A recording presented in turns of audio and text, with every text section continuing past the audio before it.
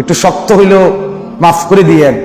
শুধু শুক্রবারে 2 রাকাত জুমার নামাজ পড়ে সালাম ফিরাইয়া বাইর হইয়া যে যান, আর যে 1 সপ্তাহ আসেন না আপনি নাফরমান। এই 1 সপ্তাহের তো খবর নাই। ওই শুক্রবারের 2 রাকাতের কি দশা, এটা কি বুঝনি আমরা? আপনি শুক্রবারের 2 রাকাতে তো কিচ্ছু হয়েছে না গড়ার দিন, কারণ এই 2 রাকাত গ্রহণ হইলেও তো আসরের নামাজ পড়তে মন চাইতো। তাহলে আপনার নামাজের দশা কি? হ্যাঁ, আপনি হাজিরা দেন আইসা আল্লাহকে বুঝান, ঠাট্টা করেন আল্লাহর সাথে, মস্কারি করেন আল্লাহর সাথে, আল্লাহকে সোজা মনে করছেন, বোকা মনে করছেন। নাউজুবিল্লাহ। কি ভাবছেন মিয়া? কি ভাবছেন? কি ভাবছেন?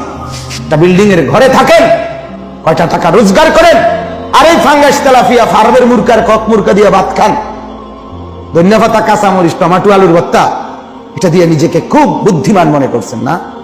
খুব সুখের জিন্দেগি মনে করছেন। বোকার মধ্যে আছেন, বোকার মধ্যে। নাফরমান বোকা থাকে, নাফরমান বেকুব থাকে, নাফরমান অজ্ঞ থাকে, নাফরমান মূর্খ থাকে।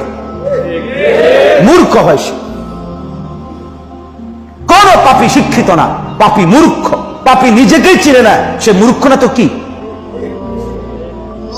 নিজের পায়ে নিজে কুড়াল মারে যে, সে শিক্ষিত হয় কিভাবে? সে উপার্জনকারী প্রাণী হয়েছে, ইকোনমিক্যাল অ্যানিমেল হয়েছে মিয়া। টাকা উপার্জনকারী ভদ্রচিত একটা প্রাণী হয়েছে। কেউ শুধু লুঙ্গি পরে ইনকাম করে, এবার একটু প্যান্ট অ্যান্ড ফিন্দে ইনকাম করে, এই আর কি। আরেকজনের ইনকামের আগে পাউডার লাগায় না, উনি একটু পাউডার লাগায়, চুল আশ্রয় নেয়, কথাটা একটু শুদ্ধ বলে, এই আর কি। আর কি তা আনবে বাতে তো ফার্মের তো মুরগা, আর কি? এরপরে কি পাতাকপি ফুলকপি তো এটি তো মুরুক্ষ এড়িয়ে খায়, ফাঙ্গাস তেলাপিয়া তো, আর কি বলেন? এজন্য বাপ 1 নম্বর কথা হলো, আল্লাহ তাআলা বলেন, বন্ধু মনের চাহিদা, মনের খেয়াল খুশি, যা ইচ্ছা আমার মনে চায় তাই করব, যা দেখবো যেখানে যা তাই করব, এটা যার জিন্দেগি। আল্লাহ বলেন, অথচ আমি তাকে জ্ঞানের সামান, রাস্তার পথ পৌঁছাইছি, কোরআন দিয়েছি, বুঝানেওয়ালা উলামা দিয়েছি, তারপরও যারা গ্রহণ করলো না, আদাল্লাহুল্লাহ, 1 নম্বর শাস্তি, আমি আল্লাহ তাকে গোমরা করে দিলাম। আসেন 2 নম্বর শাস্তি, বলছি 3টা শাস্তি, মনে আছে না? 2 নম্বর, আল্লাহ তাআলা বলেন, ওয়া খাতামা আলা সামঈহি ওয়া কলবি, আমি রব্বুল আলামিন। বন্ধু মনে রাখেন, এই নাফরমানের কান আর দিল আমি মোহর মেরে দেব, সিল মেরে দেব। দিলাম আটকায়া, কান বন্ধ করে দিলাম, দিল বন্ধ করে দিলাম। এই কানে আর হকের আওয়াজ শুনবে না, এই দিল আর কোনদিন আল্লাহকে, আখিরাতকে, পরকালকে, হককে, কবরকে, পরকালকে আর ভাববে না।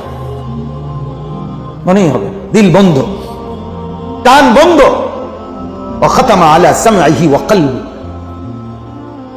3 নম্বর শাস্তি হলো, জাআলা আলা বাসারিহি গিশাওয়া, আমি আল্লাহ তাআলা তার চোখের উপরে পর্দা ফেলে দিলাম। এই চোখ আর হক দেখবে না, মসজিদ দেখবে না, মাদ্রাসা দেখবে না, কোরআন দেখবে না, আখিরাত দেখবে না, আমার কুদরতের নিদর্শন দেখবে না, আমাকেই খুঁজে পাবে না, সব পাবে আমাকে শুধু পাবে। চোখ পর্দা ফেলে দিলাম। এরপরে আল্লাহ তাআলা বলেন, এরপরে রব্বুল আলামিন বলে, বন্ধু তো কি করলাম? পথভ্রষ্ট করে দিলাম। আর কি করলাম? কান আর দিল বন্ধ করে দিলাম। আর কি করলাম? চোখের সামনে পর্দা ফেলে দিলাম। কেন দিলাম?